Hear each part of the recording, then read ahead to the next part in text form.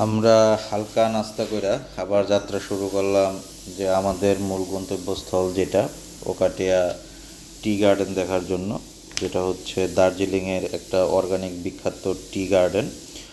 তো আমরা দার্জিলিং থেকে একটা ট্যাক্সিকে ভাড়া করে আমরা যাচ্ছি অর্গানিক টি গার্ডেনের দিকে।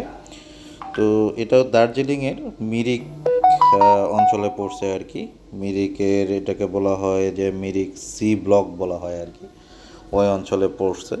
তবে এটা যতটুকু জানি যে এটা হচ্ছে খুব পুরানো। এটা ব্রিটিশরা প্রথমে এটার জন্য যে টি প্ল্যান্টগুলো আছে এগুলো রোপণ করছিল 1870 সালে।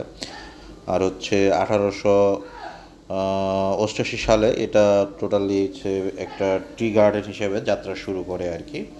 তো এটা প্রথমে ব্রিটিশরা শুরু করে, তারপরে হচ্ছে এটা আস্তে আস্তে ইন্ডিয়ান মালিকানায় চলে আসে। তো এটা দার্জিলিংয়ের একটা বিশাল এরিয়া নিয়ে এটা অবস্থিত। তো এটাতে যেই বাগান আছে সেটা হচ্ছে গাছ আছে সেটা হচ্ছে 208 হেক্টর শুধু চা গাছ, আর আনুষঙ্গিক সব কিছু মিলাইলে এটা 647 হেক্টর পর্যন্ত শুনছি এটা বিস্তৃত। তো বিশাল, এটা হচ্ছে বিশাল বিশাল একটা গার্ডেন।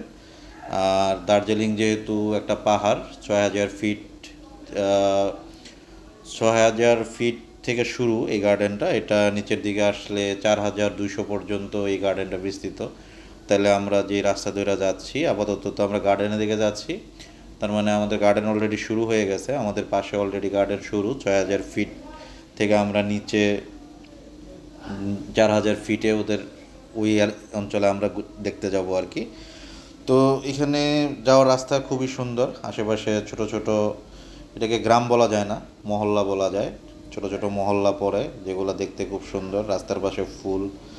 আর রাস্তার পাশেই এই মহল্লাগুলোর সামনে যেহেতু সকালবেলা চা বাগানের বিভিন্ন স্তরের যে লোকজন যে কাজকর্ম করে ওই লোকগুলা রাস্তার পাশে কিছু একটার জন্য ওয়েট করতেছে, এই অবস্থায় পাইছি। কেউ হেঁটে হেঁটে যাচ্ছে, কেউ বা গাড়ির জন্য ওয়েট করতেছে, বা অন্য কোনো ট্রান্সপোর্টের জন্য ওয়েট করতেছে। তবে আমাদের যেটা মনে হলো যে ওদের জন্য একটা গাড়ি আসে যেটাতে ওদেরকে নিয়ে যায়, যেটা হচ্ছে আমাদের সাথে যে ড্রাইভার গেছিলো ড্রাইভারের কাছ থেকে আমরা যেটা শুনতে পারলাম আর কি।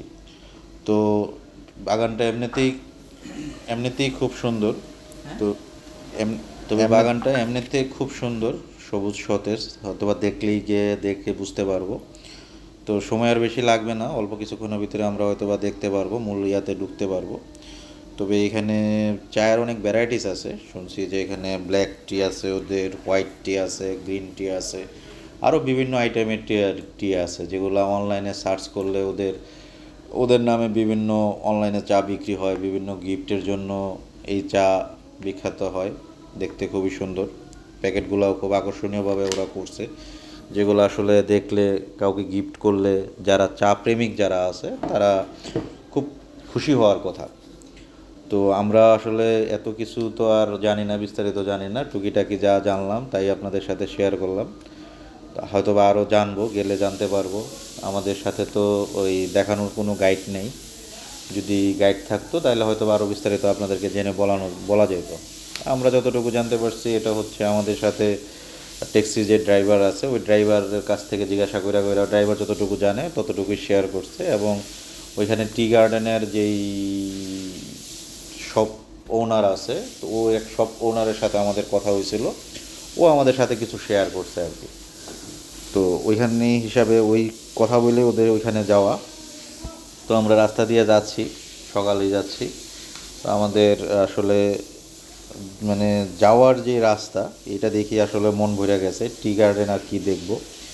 তো এই রাস্তাটা খুবই সুন্দর, এবং মানে আমি যত রাস্তা দিয়ে ঘুরছি দার্জিলিংয়ে তার মধ্যে এটা হচ্ছে আমার কাছে বেস্ট মনে হয়েছে।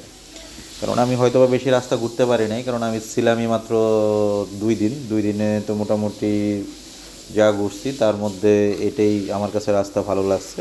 খোলা চা বাগান, চা বাগানের মাঝে এক পাশে পাহাড়, আরেক পাশে চা বাগানের সবুজ স্তর, সামনে দূরে পাহাড় যেটা আছে ওইখানেও সবুজ স্তর। তো এভাবে দেখতে ভালো, এভাবে দেখতে আসলে ভালোই লাগে দূরে যেগুলো আছে। তো আমরা যাচ্ছি চা বাগানে।